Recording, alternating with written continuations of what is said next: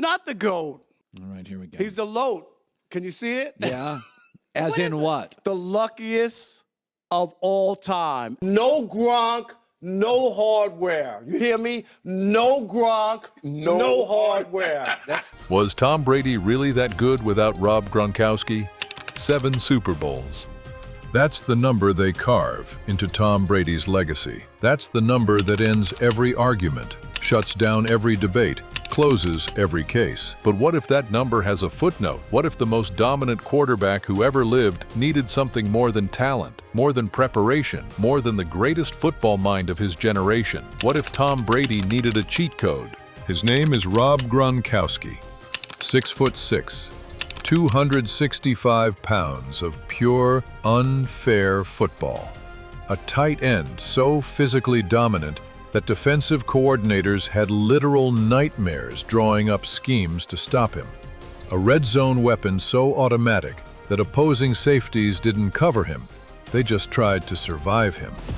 Together, Brady and Gronkowski didn't just win football games, they rewrote what winning looked like. But here's the question that will haunt this legacy forever. Was Tom Brady really that great without Rob Gronkowski? Or did Gronk quietly unlock a version of Brady that nobody else could? Before you answer, watch this video first, because by the end, you might switch sides twice. Let's talk about what these two men actually built together, because it goes so far beyond highlights. Brady and Gronkowski connected for 90 regular season touchdowns. 90. That's the second most in NFL history between a quarterback and a single receiver, behind only Peyton Manning and Marvin Harrison. Think about that for a second. We're talking about the second greatest passing combination in the history of professional football. And in the playoffs, that's where it got genuinely unfair.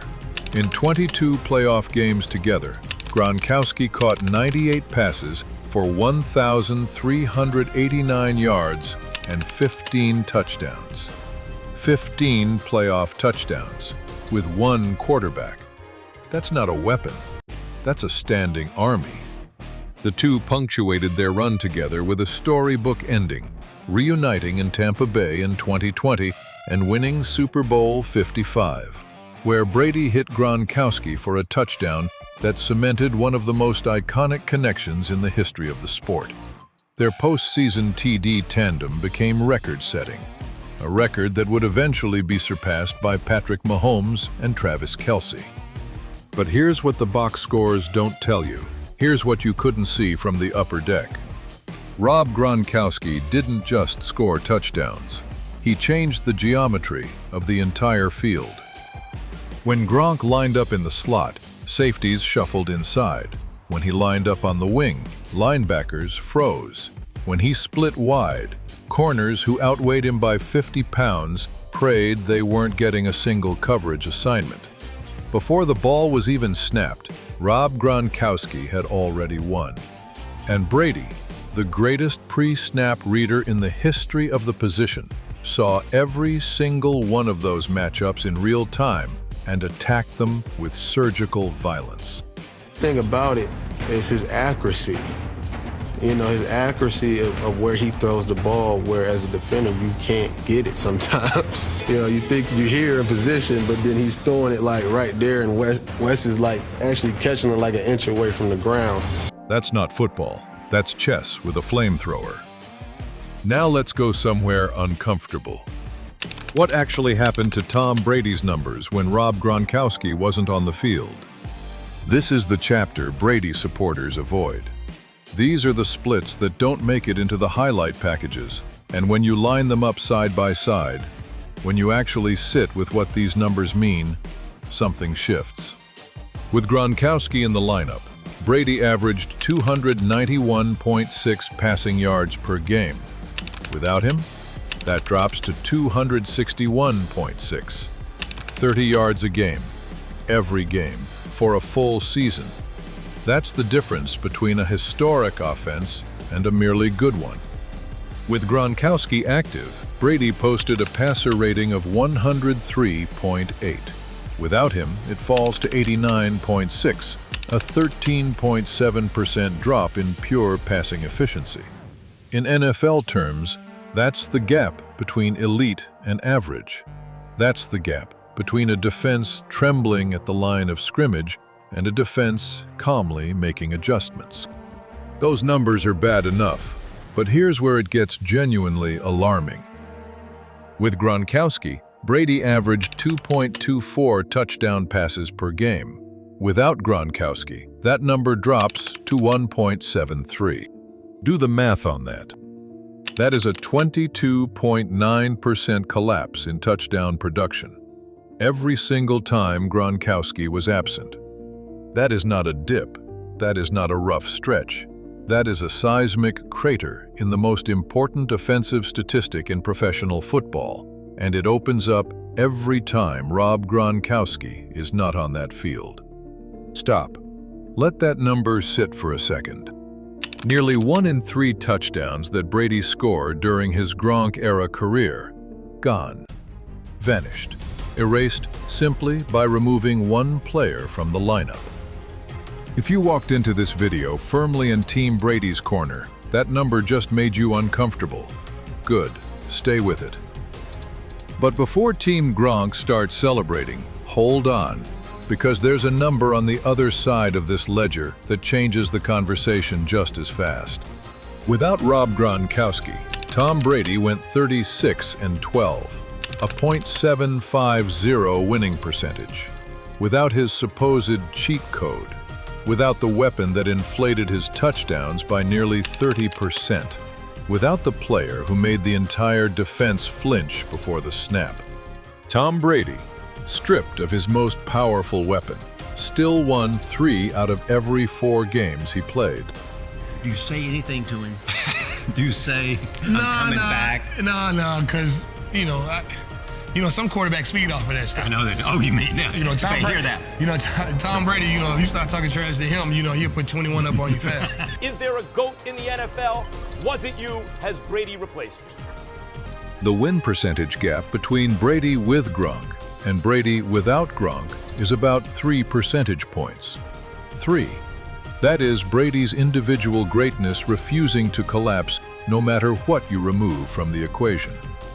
But here's what that .780 winning percentage with Gronkowski actually means. Brady didn't just win more often with Gronk. He won differently. He won with margin. He won in ways that felt less like competition and more like dominance. The kind of winning that demoralized franchises, ended coaching careers, and sent defensive coordinators back to the film room wondering how they got outclassed again.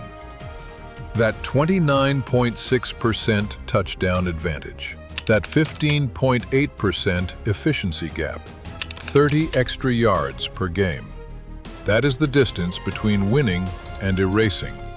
One fills a trophy case, the other breaks a defense's will to exist.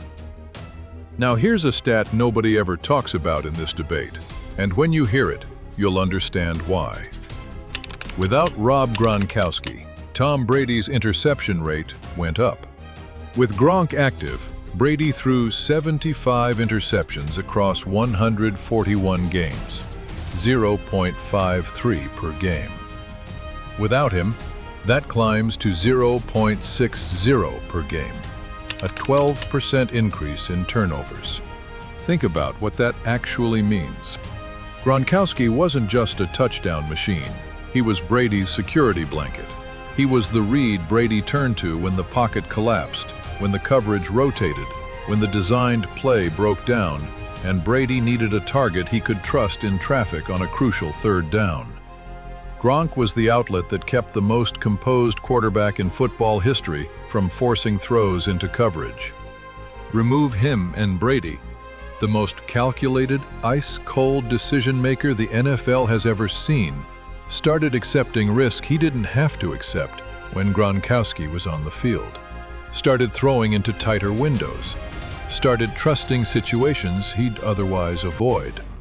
That's not a coincidence. That's a direct, documented relationship between one player's presence and another player's decision-making. Gronkowski didn't just affect Brady's statistics, he affected Brady's choices. And in the NFL, where one bad choice in January ends your season, that is everything. But here's where the argument flips entirely. Here's the question Team Gronk has to answer. Was Tom Brady great before Rob Gronkowski ever set foot in New England? I think I would have loved to see Tom Brady play in the era that we did. You know, at that time, I don't think quarterbacks, they were protected as much, but you cannot, you cannot deny that he's one of the greatest. Yes. Undeniably, historically, embarrassingly, yes. Brady won 3 Super Bowls before Gronkowski was ever drafted. He built a Hall of Fame resume before Gronk ever spiked a football in an NFL end zone. The 2001 championship run, the 2003 and 2004 back-to-back titles, the ice-cold drive against the Rams that nobody saw coming, the 2007 regular season, when Brady and Randy Moss shattered the all-time single-season touchdown record with 50 scoring strikes and put up numbers that felt like a video game on the easiest difficulty. None of that had anything to do with Rob Gronkowski. So the real question, the honest, precise, legacy-defining question, was never, did Brady need Gronk to be great? Brady was already great. Brady was already a legend by the time Gronkowski was a sophomore at the University of Arizona. This skinny beanpole of a young man walked over to me and said, "Hi, Mr. Kraft, I want to introduce myself. I'm Tom Brady." I said, "I know who you are. You're our 6th-round draft choice." And I always remember he looked me like a laser eye to eye, and he said, "That's right, and I'm the best decision this organization has ever made." The real question is sharper than that. Did Gronkowski make Brady unstoppable? And now, with these numbers in front of us, the answer isn't just maybe. It's almost certainly yes. If you want the single most powerful piece of evidence in this entire debate, it didn't happen in New England. It happened in 2020 in Tampa Bay in front of the entire football world. Brady left New England after 20 seasons. He was 42 years old. He signed with the Buccaneers, a franchise that hadn't been to the playoffs in over a decade. New system, new city, new teammates, no Belichick, no Gronk. And then, midway through that first Tampa season, he made one phone call. He called Gronkowski out of retirement, not because Tampa needed a tight end, not because the depth chart had a hole. Brady called Gronk because Brady understood, at a gut level that went beyond scheme and strategy, what that connection meant when the games actually counted. And here's the part that permanently ends the system argument. They didn't need a training camp. They didn't need months of practice reps to rebuild timing. They didn't need a new scheme or a new offensive identity. They walked back onto a football field together, 1 year removed from Gronkowski's retirement, and moved like they'd never stopped. The chemistry was instantaneous. The production was immediate. The result was inevitable. They went to the Super Bowl. They won the Super Bowl. Brady hit Gronkowski for a touchdown in Super Bowl 55, and in that moment, their record-setting postseason TD connection wasn't just a number on a stat sheet, it was a declaration. Proof that this wasn't New England magic. This wasn't a Patriots system. This wasn't one coach's genius at work. This was Tom Brady and Rob Gronkowski. 2 players, 1 connection. Immune to time, distance, age, and geography. Chemistry like that doesn't get installed by a coaching staff. It gets discovered. And once you find it, apparently, you can pick it back up at any age, on any team, in any city, against any defense that ever dared to prepare for it. That should stop you cold. So do these numbers change the verdict? Yes, and they move it further than expected. The original argument was whether Gronkowski made Brady better. These splits don't just confirm that, they quantify it in a way that's almost uncomfortable to look at. A 22.9% collapse in touchdown rate, a 15.8% drop in passing efficiency, a 12% spike in interceptions, 30 fewer passing yards per game. Every game, every season, every time Gronkowski wasn't in that lineup. These are not the numbers of a quarterback who played slightly better with a great weapon around him. These are the numbers of a quarterback operating at a categorically different level when that one specific weapon was present. And yet, Tom Brady, without Gronkowski, still went 36-12, still won at a .750 clip, still refused to become ordinary no matter what you stripped away from him. That 4-point win percentage gap is the stubbornest number in this entire debate, and it belongs entirely to Brady's individual greatness. Here is what the numbers actually tell us. Without Gronkowski, Brady was elite. With Gronkowski, Brady was something the NFL didn't have a category for. Gronkowski didn't just add production, he added a level of certainty in the red zone, on third down, in the biggest moments that no other player in Brady's career ever fully replicated. He was the safety valve that kept Brady from forcing throws. He was the gravity that kept defenses honest. He was the guarantee that when everything else broke down, Brady had somewhere to go. And Brady, the most prepared, most intelligent, most precise quarterback who ever played this game, turned that guarantee into something close to perfection. Here is the verdict, updated, strengthened by the data. Tom Brady didn't need Rob Gronkowski to become a legend. But Rob Gronkowski is the reason Tom Brady's offense became a different sport entirely. 7 rings, 90 touchdowns, a nearly 30% TD advantage, a 15.8% efficiency gap, a 12% interception spike the moment Gronk left the building, 2 championships on 2 different teams, 1 phone call out of retirement that proved the connection was bigger than any city, any coach, or any system ever built around it. That's not a legacy, that's a verdict.